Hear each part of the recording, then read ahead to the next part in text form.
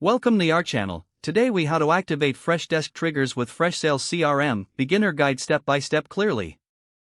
To activate Freshdesk triggers with Freshsales CRM, start by logging into your Freshdesk account. Once logged in, navigate to the admin panel located in the lower left corner. In the admin panel, find the integrations section and click on it. Within integrations, look for the option labeled Freshsales and select it. Here, you will need to provide the Freshsales API key. To get the API key, head over to your Freshsales account. Once in Freshsales, click on your profile icon at the top right corner. From the drop-down menu, select Settings.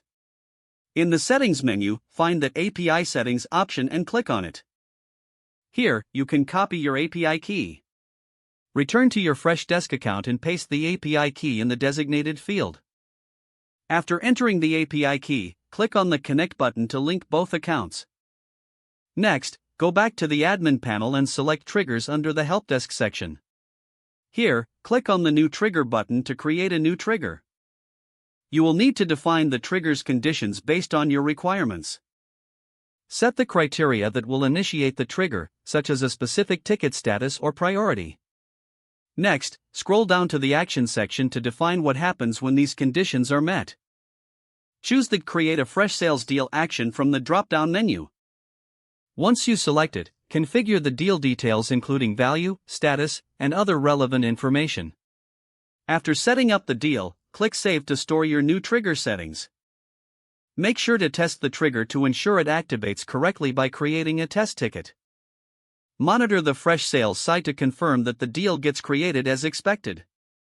If everything works as planned, your Freshdesk triggers are now successfully linked with Freshsales CRM.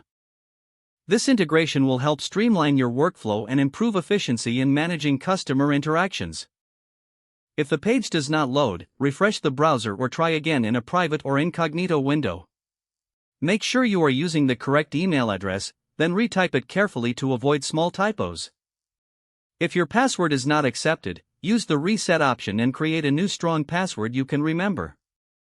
Check your spam folder for verification or security emails, then complete any requested confirmation step. Enable two-factor authentication if available to improve account security and reduce unauthorized access risk.